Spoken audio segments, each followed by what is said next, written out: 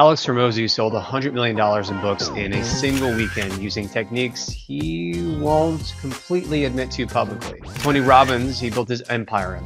Dan Lok, the fake guru who everyone seems to love to accuse of fraud, probably maybe in my opinion because he is, he loves these techniques. So what I've identified that I'm going to give to you in this video are 7 dark psychology triggers that you can use in your sales funnel to sell almost anything. So once you understand these, this is going to make you a better informed purchaser of goods and services in general. Sure, great. But as a business owner, as an entrepreneur, as a marketer, by understanding these, you can learn how to use them in an ethical way. I'll show you how to in this video within your own sales funnel, okay? Because we can learn from people who are scammers and frauds without actually becoming like that ourselves. We can still behave and sell in an ethical manner, and we can sell our goods and services to people who need them, who will benefit from them, using the light side of the force, if you will. So why now? Why should we consider, these tactics now above any other time? Well, Google is sending less and less traffic, as I recently covered in another video, to all business websites, almost all. I mean, maybe e-commerce is perhaps one of the exceptions in some industries like real estate, where AI overviews are not popping up as much at the top of search results. And since most of us are getting less traffic as a result of this, we're investing in things like social media and ads more often, but perhaps a very overlooked way to maintain and increase your sales in this new age of AI, where again, AI is just changing the game as far as search engine optimization, which in its traditional sense is dying. In that context, these tactics are incredibly relevant because they're going to increase your conversion rate, so that even if you're getting half as much traffic, if you're able to increase your conversion rate across the board at different levels of your funnel by 100%, you'll basically be able to maintain the same growth trajectory. And if you exceed that number, obviously you can achieve additional gains over time. And a 100% or doubling in your overall funnel's conversion rate, it's not as far-fetched as it may seem. There is so much low-hanging fruit.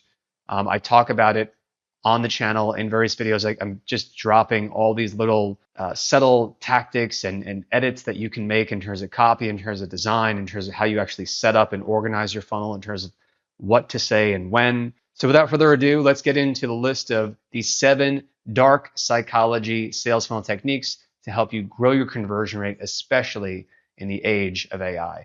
And when you stay until the end, I'm going to give you a bonus dark psychology sales funnel technique. This one is near and dear to my heart because it relates to a personal story that I had in terms of buying a service recently. So I'm going to start this list with one that is less common and that you may not have ever heard of. It's called high pressure yes laddering. High pressure yes laddering. So basically what high pressure yes laddering is, it's a rapid fire succession of questions, typically that will happen in sort of a sales call or a one-to-one sales consultation type of context. This is where the salesperson trying to sell you something tries to use your own logic against you. And they ask these leading questions where it's like, well, you want to be successful, right? Yeah, of course I do. And then the final question is, well, it sort of assumes, well, you said yes to these other things. Well, then, okay, assume the sale, great. Well, then I'll get you signed up right now. Do you want to go with package A or package B? And then if you say, wait, I have an objection. They're like, wait, what? You just said yes, yes, and yes to all these things previously. Why would you? So this is, again, it's playing on a bunch of different factors. It's playing on the consistency bias that we want to be consistent with the things that we say. It's effective because it preys upon this idea of just pressure, in the moment, no time to really think. And that desire to not look like an idiot. It's like, well, I don't want to look like an idiot because I just said yes to these previous things. It's like, well, I guess the logic checks out, so therefore I should buy. So, okay, here's my credit card. But then many times what will happen with this high pressure yes laddering dark psychology sales funnel tactic is that it will lead to buyer's remorse. Why? Because the underlying objection or concern or fear is actually never truly allayed. Okay. And sometimes it just takes time. It takes time on the call. It takes time maybe, I want to sleep on it. It's a big purchase. So then you truly feel like you are making it as conscientiously as possible. And that you're saying, well, I've assessed, as objectively as I can. Yes, there's some fear over here. Yes, there is risk with anything, but I'm going to go forward with it anyway because that's my choice. I think it might be a good investment. So that's high pressure yes laddering. It's sort of the vibe that, and don't get me wrong, I admire Alex Hormozi in terms of everything that he's accomplished. I've gotten a ton of value from his books. But in my opinion, some of the general vibe and tone of what he advises for when you're doing one-to-one sales, it is this high pressure flavor using like, again, the consistency bias and the logic, like, well, yes, yes, yes, rapid fire. Da, da, da, da. It almost assumes like you're an idiot if you say no, like, well, what the hell? Like, and again, if you watch some of his videos, you will see exactly what I mean. So I don't think it's sustainable. I don't recommend it. I don't do it. And my technique is different, and that is what has worked for me. I mean, granted, Alex Hormozi is the $100 million guy, but, I'm working my way up, damn it. Watch your back, Alex. I'm coming for you. And I've only achieved, multiple seven figures so far in my entrepreneurial career. But this is what has worked for me. And it's only when I've, deviated from this that actually more problems have actually popped up. Now, granted, part of the context there is that my company was selling a high ticket service.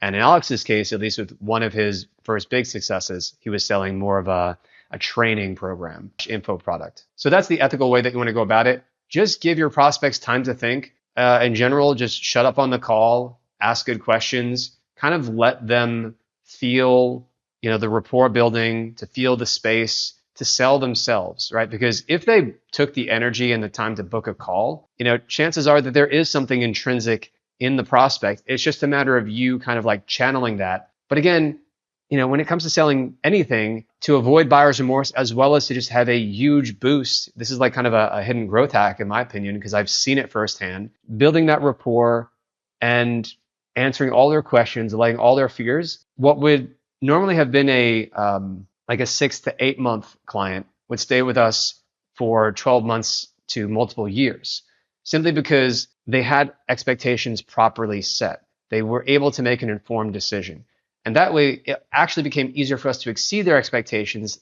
Thus, we would retain them as a client for much, much longer, and their satisfaction would be far exceeded. Thus, we would earn better word of mouth, more testimonials, more case studies, and so on and so forth. And one stat to support this idea, just kind of letting the conversation breathe more, don't do the high pressure, yes laddering tactic, is that top B2B sales professionals speak only 43% of the time, letting prospects speak 57% of the time, according to Gong data. If you've been in business for longer than, a year or two, you probably didn't need that stat to support it, but there you go, there's some data. The next dark psychology sales funnel tactic is one you may have heard of, but I'm going to break it down for you in a way that maybe you haven't heard before. Fake scarcity and manufactured urgency.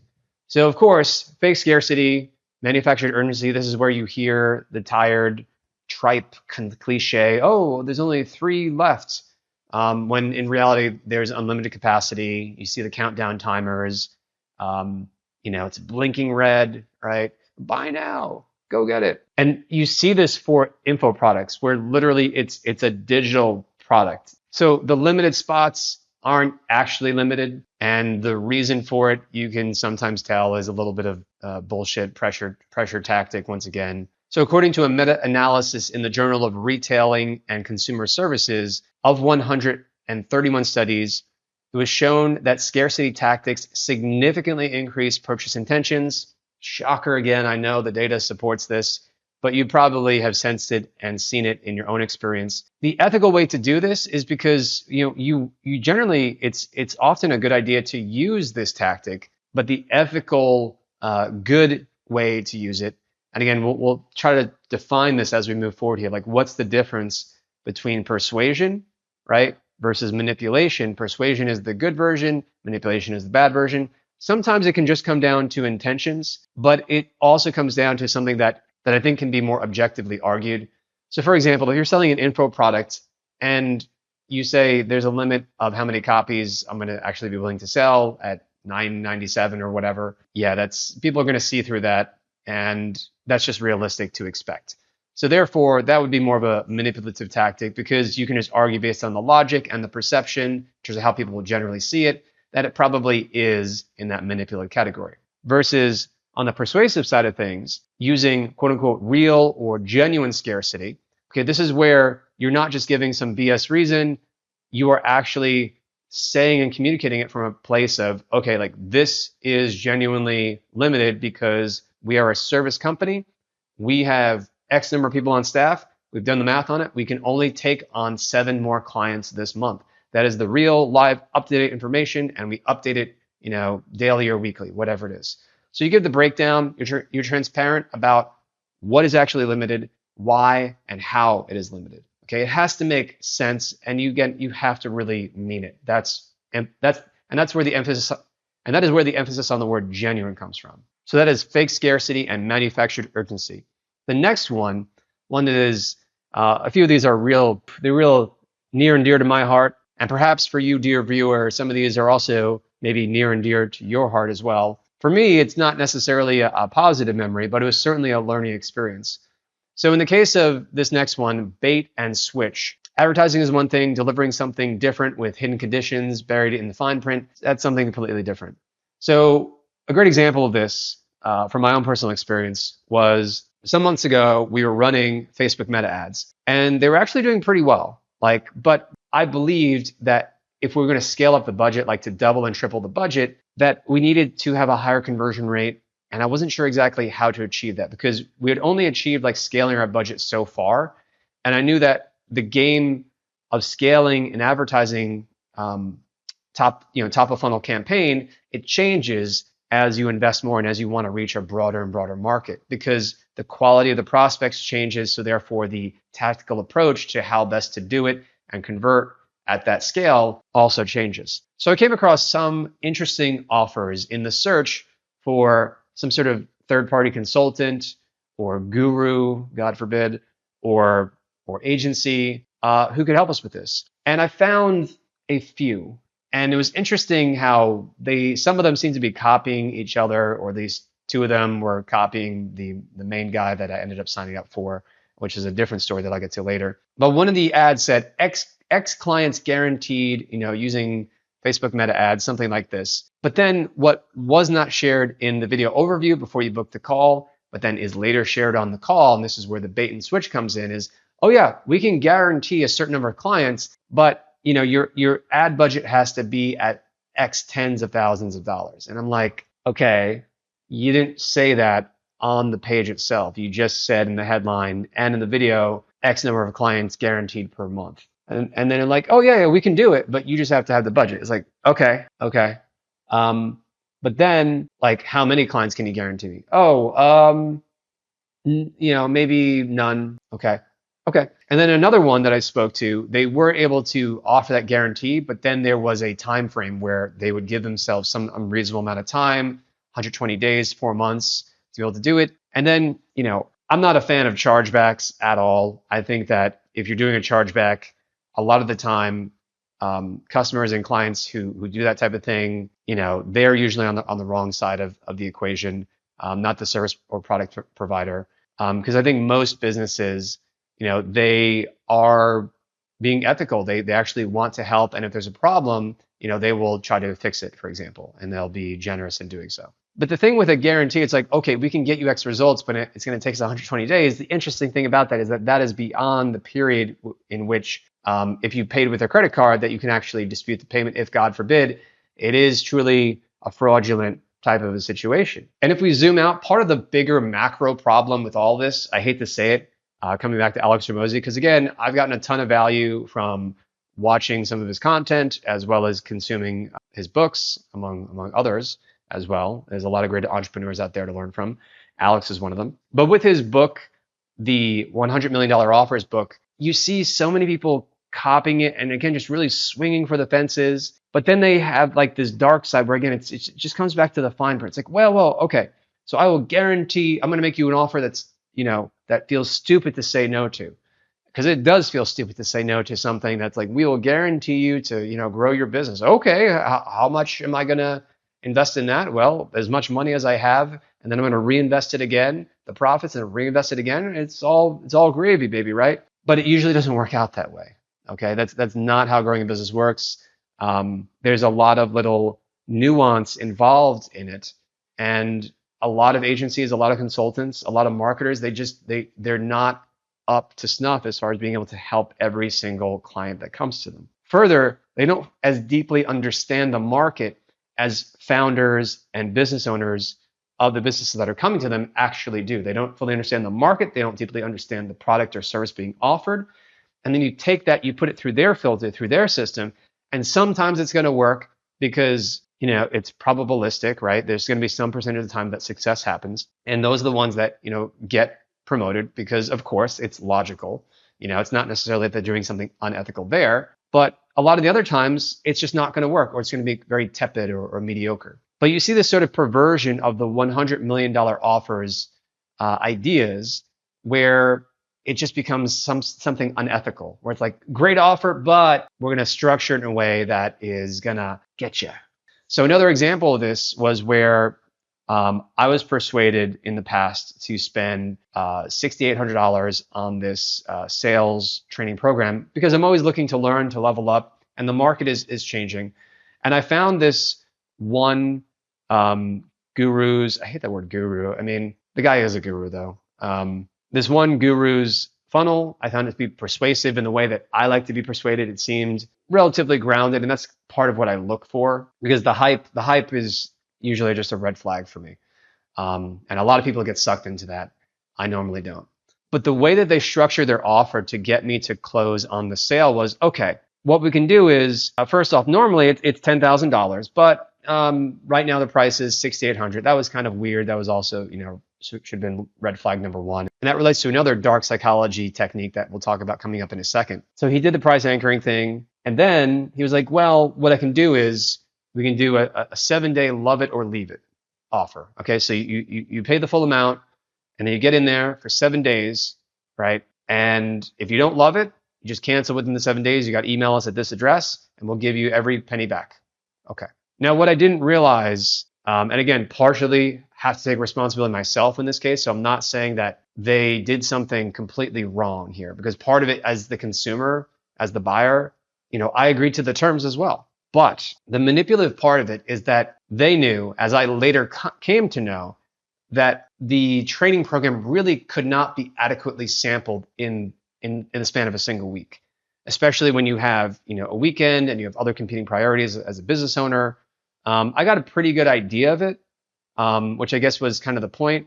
But there are some other shady things that happened around the purchase, the payment methods, the way that you get welcomed into the program, that just made it really be very clear that it wasn't worth the value that was being paid for, and it wasn't worth the risk of the 7 days, because it was too much. And just again, like the content itself is designed to sell you as well. Like once again, it's possible, do this, do that, fast cash this, fast cash that, do this type of campaign. So there's this belief bias that the content kind of like creates within you, but in reality, it doesn't work for a lot of businesses, and it didn't work for us. And the excuse that is given is like, oh, well, you're just not following our program closely enough. That's not how we actually structure the ads. That's not how we actually structure the video, when in reality it was.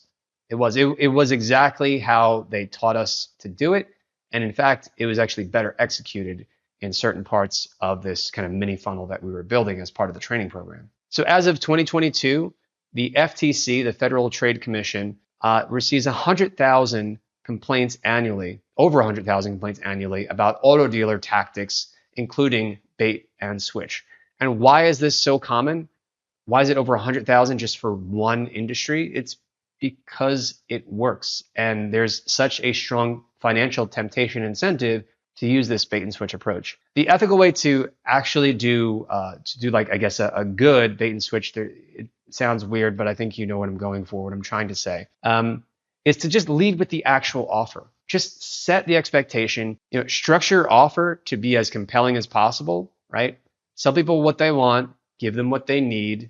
I believe in this approach, okay? So you can sell them the shining city on the hill, but then obviously you're going to give them, the vehicle to be able to drive up the mountain to get there. And above all, like, make all of the conditions either upfront or just don't have them, because it's going to create a lot of bad will against your brand and against you long-term in the marketplace. Plus, It actually creates more trust if you show realistic results with context, where you show not just the outliers, but also the ones who are more moderate. Okay. And you also give the disclaimer, hey, we're not a fit for everyone. And in those cases, here's what we do, or this doesn't work immediately for everyone. And in those cases, here's what we do to make sure that it actually benefits your business and that you get a net ROI.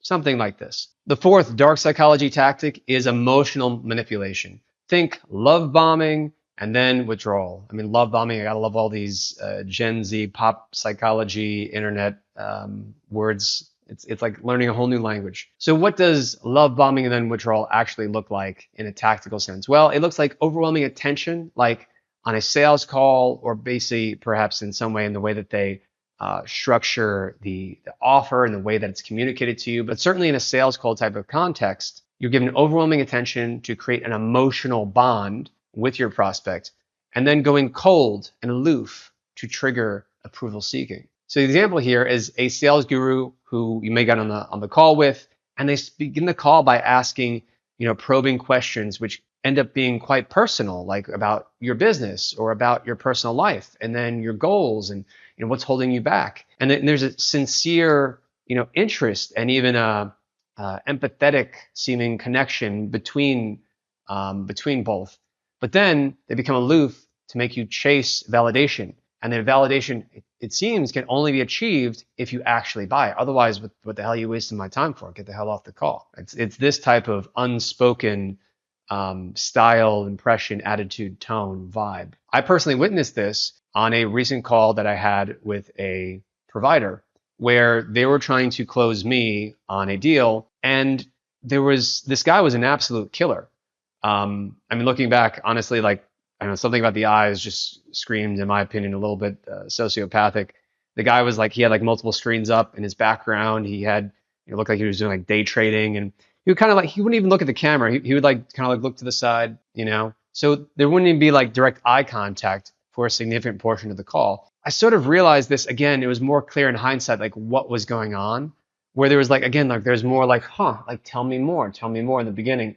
And then it's like, oh no, I'm over here, I'm looking away, and I'm more aloof, like later on in the call. It's like, okay, apathy, right? And that brings me to the more ethical way to do this, where you're not just, just activating someone's unconscious psychological triggers that may be embedded from the time that they were children, for example, in terms of the relationship they had with, parents or caregivers or something like this. So the ethical and cooler way to do this is to just know the principle that apathy sells. But apathy sells in the sense that you get into the mindset that you are apathetic to making the sale. You are just focused on the prospect, on their well-being, in terms of helping them to make an informed decision, to make sure that it is a fit. And further, only once you are fully sold that they are a fit for what you're offering, then you go for the kill, so to speak. You're selling from a place of genuine belief. And that's how I've entered sales calls, and that's how I've achieved just astronomical both close rates, because I'm focused on their needs, and I'll go longer on sales calls as needed. And so my close rate would be high, but also the retention rate, again, would be much, much higher, because again, in our business with Grobo, we offer an all-in-one done for you marketing fulfillment team on demand. If you have an ongoing need to do digital marketing tasks and you don't want to hire an entire in-house team, you can get a full marketing fulfillment team on demand for less than the cost of hiring one full-time VA. That's what we offer at Grobo, and everything is quality checked, and you get 13 skill sets in a single team. So it's a pretty great deal. So that is my ethical approach to actually closing sales and increasing the conversion rate. Is I just focus on what do they need. Okay, I'm not trying to just close the sale, and this comes through in very subtle and non-obvious ways in terms of body language, in terms of tone, right? I'm kind of more like this, right? If you're just listening, I'm like leaning back in my chair, and it's more casual, it's more cool, it's more laid back. You could also say that a good way to do this is you want to maintain consistent professional warmth, build trust through, relatability, reliability, and just overall cadence, and not trying to build some sort of weird, underhanded, emotional dependency triggering thing, because it will come back to bite you in the ass later, I promise you, in terms of buyer's remorse, when people figure it out. Hey, wait a second, Even if they don't know it consciously, they can tell like, wait, that wasn't really me making that decision. That was that was certain unconscious parts of my brain that I was just making an emotional decision. Damn it. And then you're going to be pissed off about it. So it's going to cause brand. It's going to increase your refund rate. It's going to affect your retention rate. So let's move on now to dark psychology technique number 5, which is what I call bully marketing. This is where, in terms of copywriting in the sales funnel, whether it's coming through email or ads or landing pages, wherever it comes from, or on a sales call, it's the use of status and shame to almost just sort of like attack your prospect, to almost like kind of beat them into submission to take your offer. So again, what is it? It's using shame and inadequacy to make prospects feel like failures who need your solution in order to become a success. For example, a kind of generic copy example, this might sound like, are you still broke? Everyone else is winning. What's wrong with you? Get on board with this offer before it's too late. It's that sort of messaging that it preys on people's insecurities. And it's not going to work on everyone, but just like the others and combined with others, it can be extremely effective at increasing the overall conversion rate. And this was something that I personally witnessed early on. This was about, I want to say 12 years ago.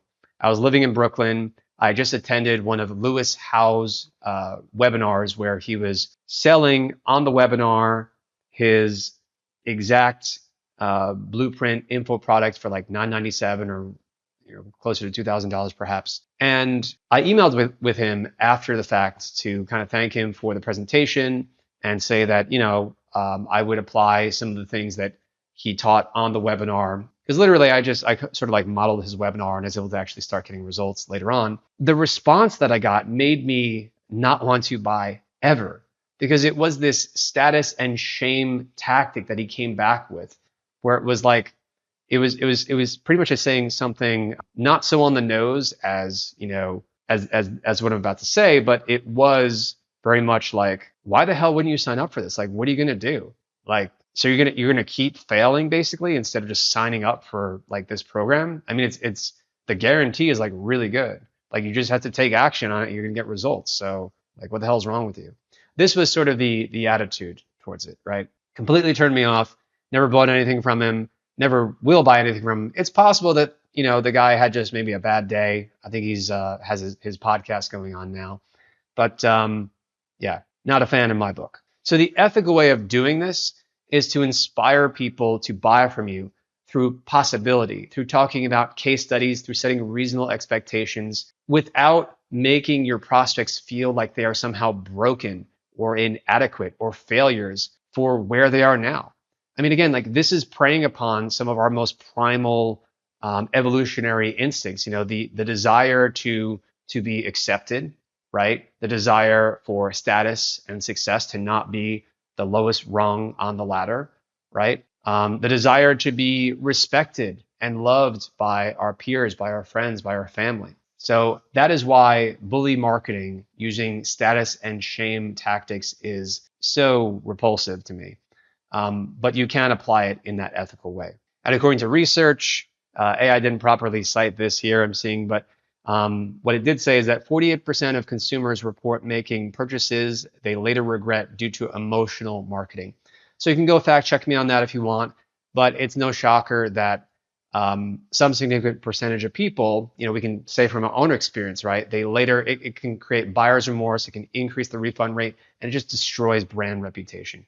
Because for me, again, I'll never buy from Lewis Howes. I mean, it's been 10 years. Maybe he's changed. Maybe he's reformed. Maybe he's come to Jesus. I don't know. Won't be buying from the guy, I'll tell you that. And again, it just hurts brand, it hurts trust. The next dark psychology technique is exploiting evolutionary status anxiety. So there's a little bit of overlap here with the previous one in terms of bully marketing. What exploiting evolutionary status anxiety is, though, it's weaponizing hardwired tribal, kind of like, again, built into the underlying software of our brain. It's weaponizing hardwired tribal fears and of social exclusion and low status to trigger panic purchases.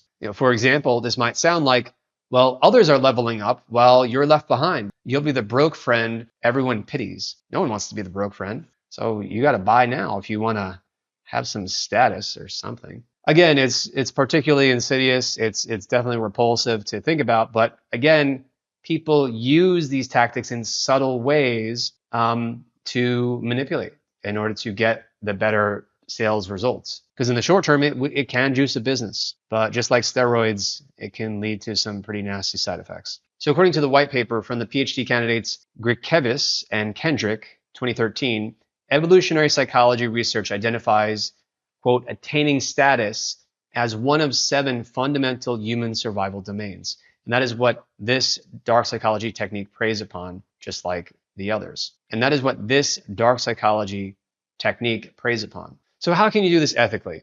Well, I think with this one, it comes down to intention, and it comes down to also the how of you do it, because there is a point at which where you cross a line, right? I do think that like fundamentally it is inherently shallow. It is inherently unfortunate that we as human beings, that we are so susceptible and so desiring of status that, you know, that we will actually go deeply into debt, that we will make just extremely terrible choices, either because we want to have it or because we don't have it. And it's not even like a grounded concept. It's all just perception in the mind for the most part. So in terms of doing this ethically, you can acknowledge and even just give a little more of a hat tip, right? I would say, and just maybe like a positive framing, so it's more subtle, right?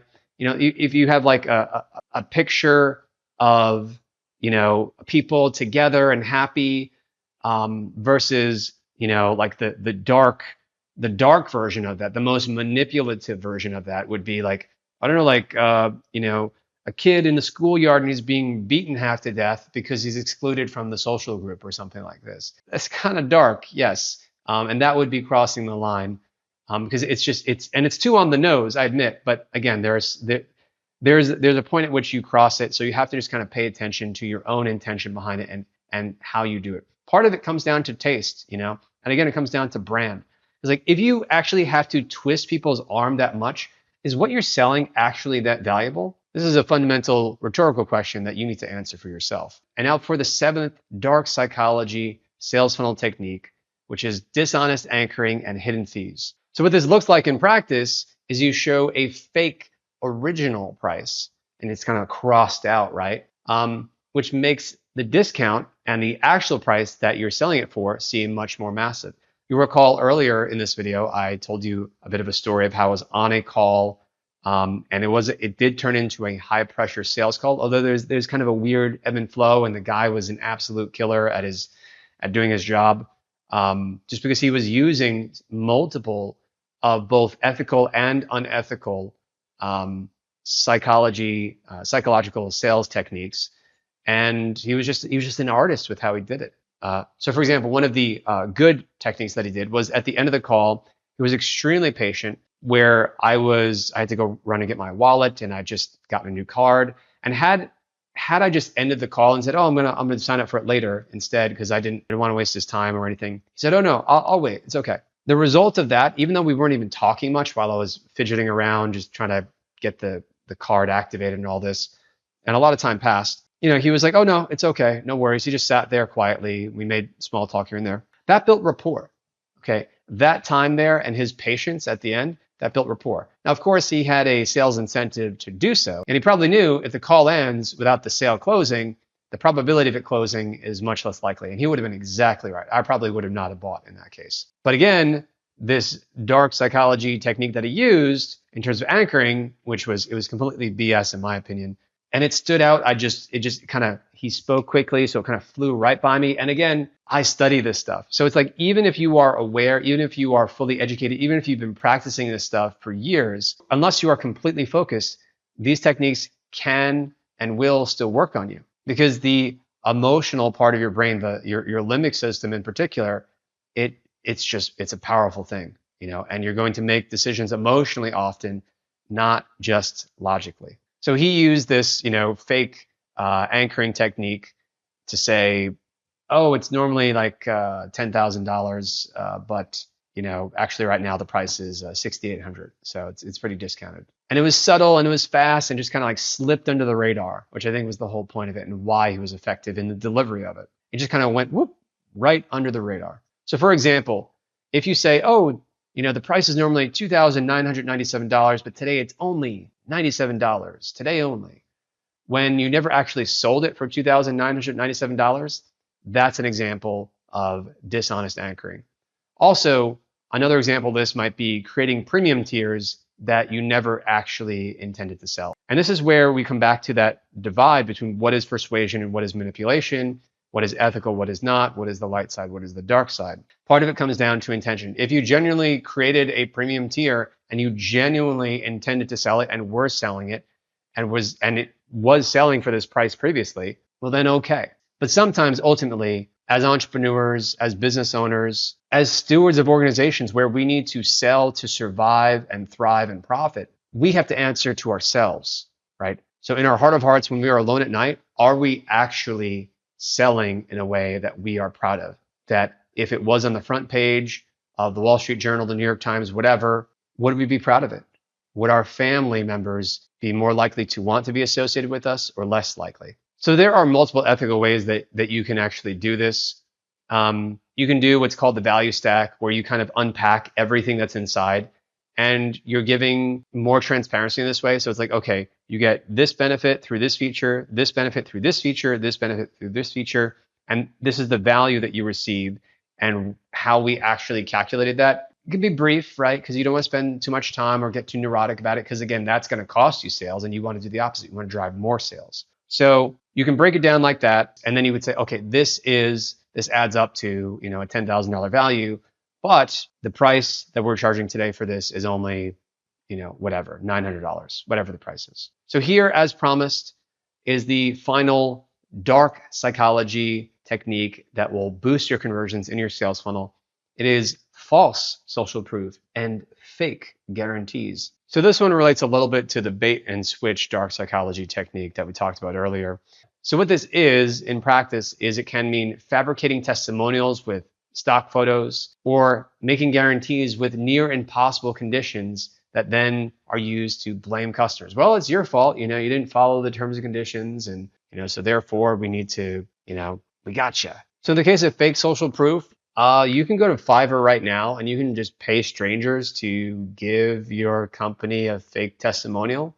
So fake actor testimonials are an example of this, or money back guarantees or guarantees of results, but it requires you to do 47 pieces of something or 47, complex steps within an unreasonable period of time. Or money back guarantees requiring you to do 47, relatively complex steps, and you have to give proof that you did them up to the standard that the company would actually judge that they were completed, or maybe not in their opinion. And you have to do it in an unreasonable amount of time, like 14 days. I gave the example of an ads agency that was performance focused.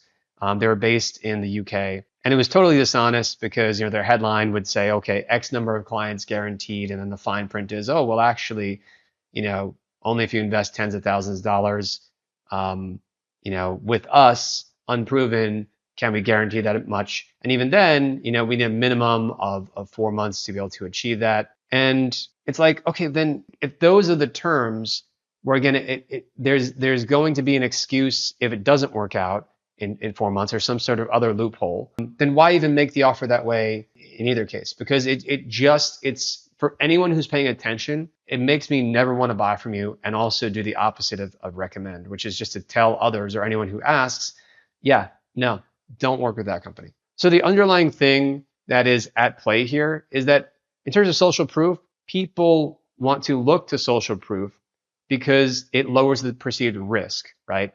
And it also, in some ways, just increases their desire to buy it. It's like, oh, this company, this client is like me, and if they got this result, then I can probably get it too. So the perceived risk is lower. The fear comes down. Okay, the business is more established. They work with, companies like me, or they have other customers like me, and the other customers say that it's good. And in terms of fake guarantees, that goes back to, wanting to minimize perceived risk, right? Because in our minds, we exaggerate the risk of fears, and we don't think as much about the potential upside of investing in something. So the ethical way to feed into that desire to lower risk and increase the perception that I'm going to get the desired result if I buy this product or service is just use real testimonials with full names, context. Videos are more persuasive, and people who are savvy Like you get a 5 or a 10 or even $100 actor giving you a testimonial that's fake. And people pick up on subtle little nuances that just seem, oh, it's a little too polished. Oh, the mannerisms of the person just a little bit off. Or if it's AI, God forbid, people are getting better and better at picking up on these things. And according to one stat, 42% of consumers are confident that they've seen fake reviews online. 92% of consumers read reviews before purchasing. So again, there's that inherent desire to minimize risk, to maximize gain and the perceived potential upside. And again, people are aware usually, often when they're reading fake reviews or that fake reviews exist, so they're coming to your site, into your funnel with this skepticism naturally, and they want you to persuade them. Okay, they need you to persuade them. Like, why are you worthy of my dollars? How do I know I can trust you? Okay, the way to be worthy of their trust is to just be trustworthy. Okay, so there you have it. Those are 7 dark psychology sales funnel boosting techniques that you can apply in your own business in an ethical way, plus the bonus that I just gave you there at the end. And it's useful to be aware of the negative way in which those techniques are applied today so that you can make more informed decisions, you can make better purchase investment decisions for your business in general. And remember, it's the intent that often separates persuasion from manipulation, okay? But speaking of making good investments, I encourage you, if you felt like this video was a good investment of your time, that you got something valuable from it, please share the love and give us a thumbs up. Really appreciate it. And leave a comment. We'd love to hear from you. What was your favorite dark psychology sales funnel technique? What resonated most with you? I read and respond to all the comments. And further, if you are a business owner and you have an ongoing need to if you are a business owner and you can see value in the idea of being able to delegate unlimited digital marketing tasks and projects, just all of it, because you're piecing it together by hiring freelancers here and there. It's expensive. You have to deal with hiring headaches and people ghosting you. Just delete all of that by signing up for growbo.com. You can book a call with us today. It's an amazing value. Check it out at growbo.com to learn more. There's no long-term contracts, and we have a 14-day money-back guarantee. There's a risk reversal, and there's lots of great, delicious, ethical social proof on the Growbo website. So check it out at growbo.com.